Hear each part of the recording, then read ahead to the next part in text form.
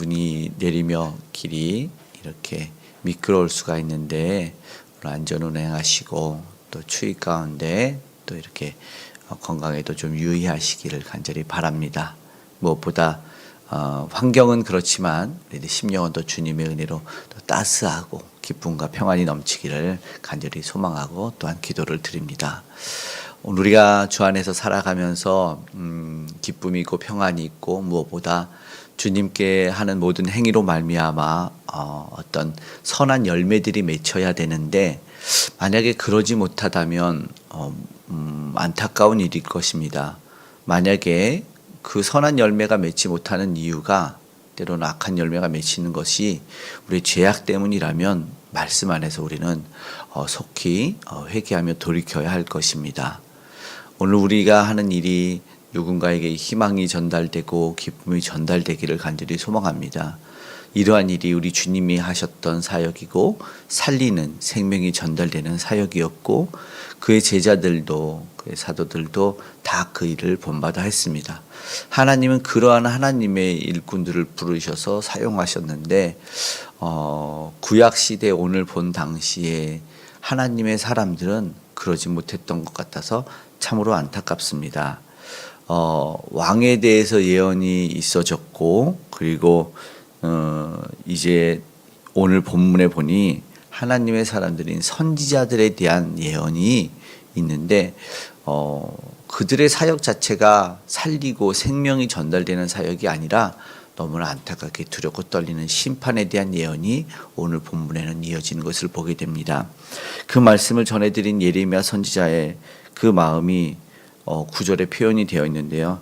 너무 독특하면서 심히 좀 참담한 이야기가 전개가 됩니다. 내 마음이 상하며 9절에 뼈가 떨리며 취한 사람 같으며 포도주에 잡힌 사람 같으니 여호와의 거룩한 말씀 때문이라. 이렇게 힘든 이유는 하나님의 말씀 자체가 거룩한 두렵고 떨리는 말씀이기도 하지만 사실 이어지는 말씀을 보니 선지자들 바로 하나님의 사람들이라고 말한 자들에 대한 두려운 심판의 예언 때문이라는 것을 보게 됩니다. 정말 안타까운 이야기죠. 그 때문에 고통스러워하고 마음이 아파하는 선지자의 모습을 보게 됩니다. 하나님의 말씀을 받아서 전하는 선지자와 예언자, 제사장들이 그 말씀에 오히려 심판자가 된다 되어 있기 때문에 참 안타깝죠. 왜냐하면 하나님의 백성을 살리고 하나님의 나라를 회복시키는 치유 사역을 해야 되는 제사장들이 공동체와 나라에 대해서 회복시켜야 되는 그 직분을 망각한 채 오히려 그들의 죄가 더 크다 말씀하기 때문에 오늘 본문은 그렇게 전개가 되는 것입니다. 하나님의 말씀을 온전히 전하였다면 살고 회복이 되었을 텐데 그 사역을 감당하지 못했기 때문이라는 것이죠. 하나님의 말씀을 온전히 전해야 되는 저들에게 심판이 선포되는 그 상황은 사실은 상상조차 못했을 것입니다. 너무나 안타까운 것이죠. 10절에 보니까 저들이 간음하는 자가 가득하다. 그리고 행위가 악하고 힘쓰는 것이 정직하지 못함이로다. 10절에 이렇게 이야기하고 있는 것을 보게 됩니다. 결국은 자신들의 욕망을 위해서 힘을 썼다는 것이고 악한 것에 힘을 써 하나님을 욕되게 했다는 것이기 때문인 것이죠. 너무나 안타까운 것인데 오늘 우리도 사실은 현대 교회도 또 우리가 돌아봐야 되겠지요. 과거 역사 속에 기독교 역사가 하나님에게만 영광을 돌리는 일이 꼭 있지는 않았거든요. 자신들의 교회나 그리고 그 권력이 있던 지도자들의 그 탐욕스러운 모습들이 사실은 우리 역사 속에서도 있었고 또 성경에서도 또 그런 것들이 기록되어 있는 것을 보게 되거든요. 그렇다면 우리 오늘도 언제나 누구도 안전지대에 있지 않고 우리 행위들 우리가 주님의 일이라고 말하는 것을 한번 되돌아봐야 될 것입니다. 17절에도 사실은 이렇게 얘기하네요. 그들이 항상 나를 멸시하는 자에게 이르기를 너희가 평안하리라 여호와의 말씀이니라 하며 그러니까는 평안하리라. 사실 앞에 8장 같은 경우에서도 평안하다 평강하다 평강하다 그러나 평강이 없도다라는 말씀을 우리가 예레미야에서 보았거든요. 그거는 거짓되고 잘못된 예언을 한 것이고 회개를 시켜야 되는데 안심을 시켰어요. 오늘 본문도 그런 것이죠. 여호와의 말씀에 또 완악한 대로 자기 마음대로 말씀을 했다는 것입니다. 재앙이 너에게 임하지 아니하리라. 굉장히 무서운 거예요. 온몸이 썩어 들어가고 이제 곧 죽을 것 같은 사람에게 괜찮아. 그리고 이 진통제만 처방하는 그런 모습 속에서 사실은 그 사람은 생명에 다하고 있는데 거짓된 예언을 하는 하나님의 말씀인 척하는 것에 대해서 하나님은 당연히 진노하실 수밖에 없었을 것입니다. 이것을 반대로 전하는 거짓 선지자였기 때문이죠. 11, 12절, 특별히 11절에 이 세 번역에 보니까 여기는 11절에는 사악한지라, 제사장이 다 사악한지라, 선지자와 제사장이 다 사악하다 말했는데, 그리고 하나님의 집에서도 악을 발견했다 이렇게 말하는데 세 번역으로 보니까 이렇게 말합니다. 조금 더 노골적이더라고요. 예언자도 썩었고 제사장도 썩었다. 심지어 그들이 나의 성전 안에서도 악행을 저지르는 것을 보았다. 이렇게 말합니다. 그리고 나 주 여호와의 말이니라. 우리 앞에서도 보았지만 심정과 폐부를 살피시는 하나님이라고 했습니다. 하나님이 그들의 악행과 그들의 모든 것을 못 보았겠습니까? 다 보았죠. 누구보다도 더 경건하고 거룩해야 될 이들이 이러한 모습을 보였다니 당연히 그 죄는 오히려 더 클 수밖에 없을 것입니다. 받아야 될 심판이 더 클 수밖에 없을 것이죠. 하나님이 보시기에 바른 이들, 과연 저 땅에서도 그러했는데 오늘 우리들은 주위에서는 얼마나 바르게 서 있을지를 한번 되돌아봤으면 좋겠습니다.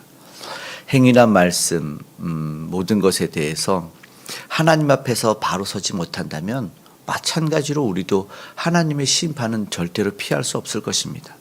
보니까 얘기가 12절에 어두운 가운데 미끄러운 것 같이 되고, 아주 안타깝고 놀란 일을 당할 수밖에 없는 하나님의 경고, 결국 우리는 넘어지고 실패하고 그리고 하나님에게 안타까운 죽임을 당할 수도 있다는 것을 우리가 봐야 됩니다.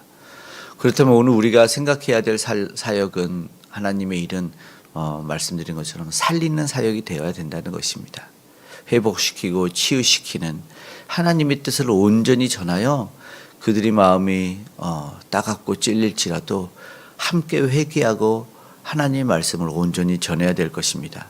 13절 14절에 보니까 사마리아 선지자들을 얘기하면서 14절에 보니까 예루살렘 선지자도 얘기합니다. 이스라엘 역사를 조금 이해를 하고 있는 분들은 알 거예요.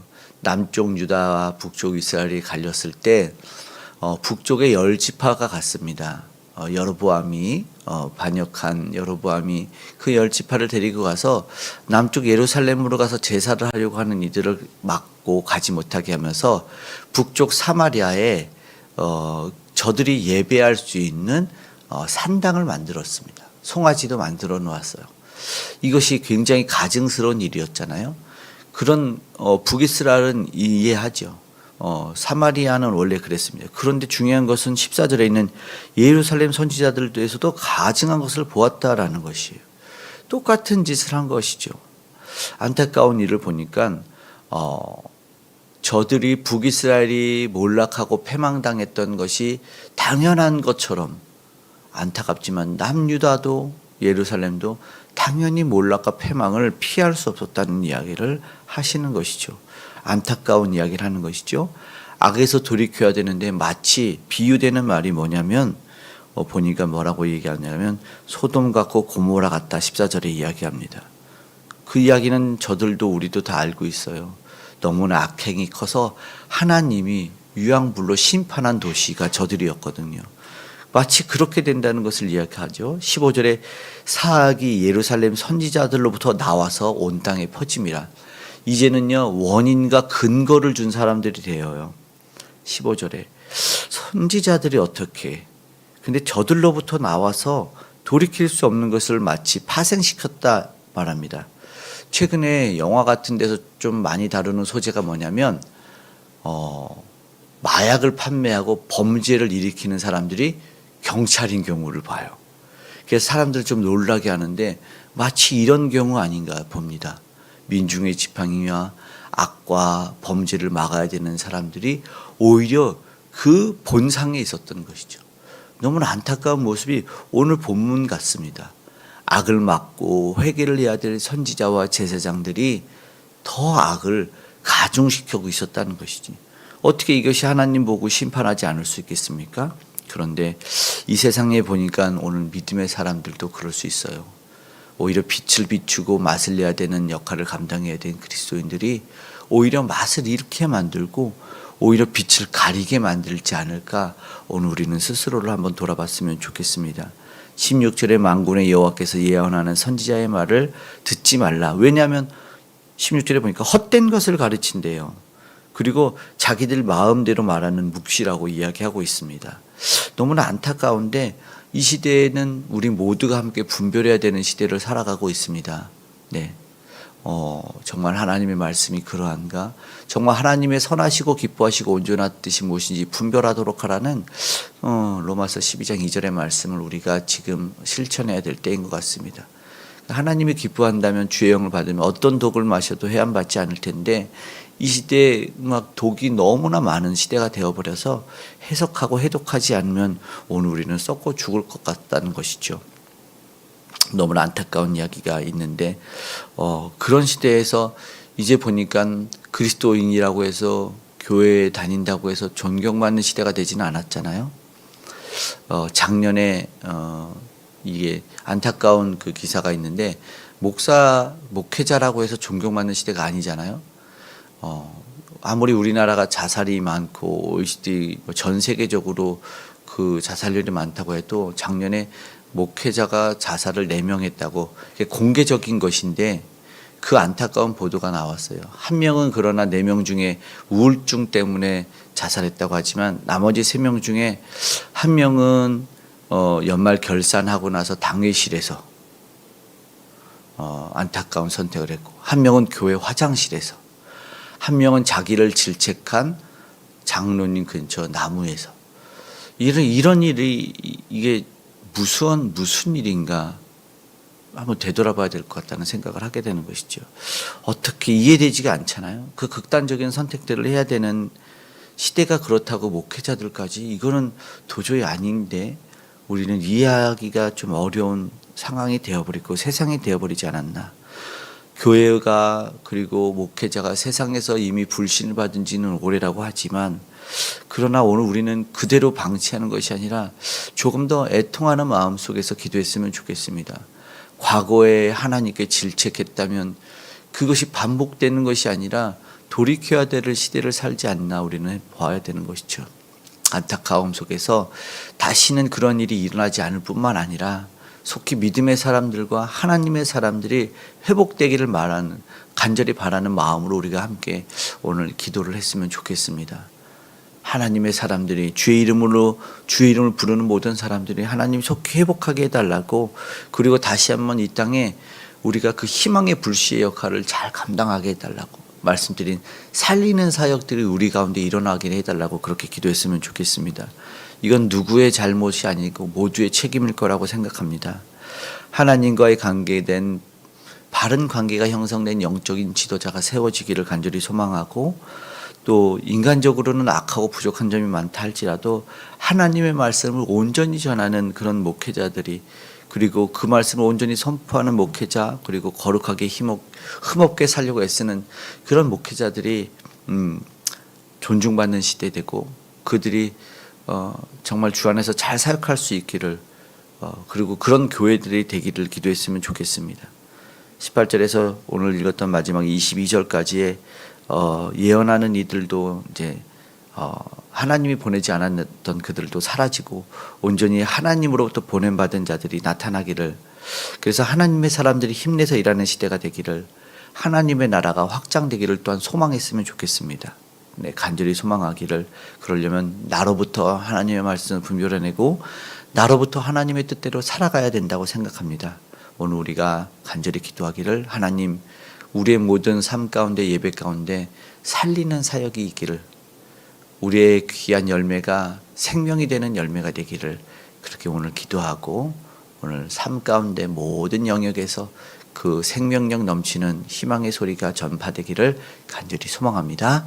아멘. 기도하겠습니다.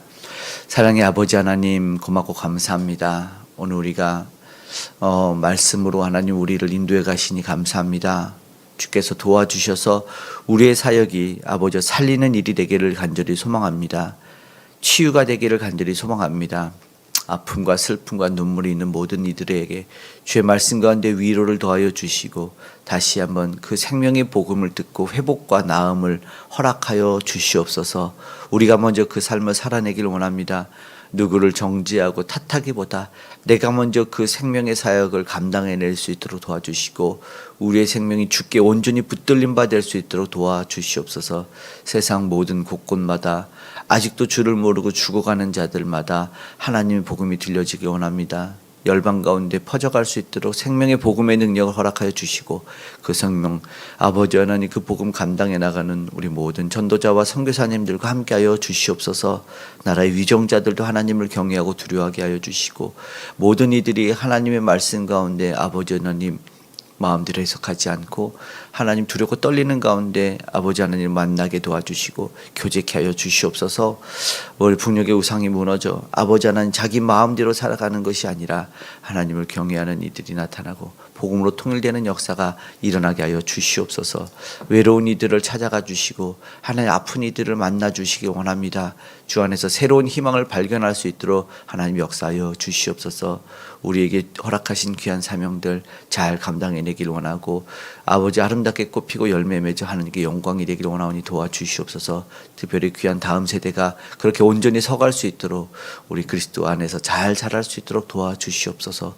오늘도 주님 앞에 나우리가 간절히 그 살리는 생명을 기대하며 기도합니다. 하나님 도와주시고 나로부터 시작할 수 있도록 도와주시옵소서. 우리의 삶의 모든 영역의 터전에 그 산업의 현장 가운데 주께서 함께 하셔서 안전으로 지켜주시고 교통사고 나지 않게 하나님 운전대도 잡아주시고 미끄러운 도로 가운데 아버지 하나님 주여 불의의 사고들을 다 막아주시고 도우신 하나님 동행하신 하나님을 경험케 하여 주시옵소서. 간절히 아뢰는 기도마다 응답하실 하나님께 감사드리며 고마우신 예수님의 이름으로 기도드리옵나이다.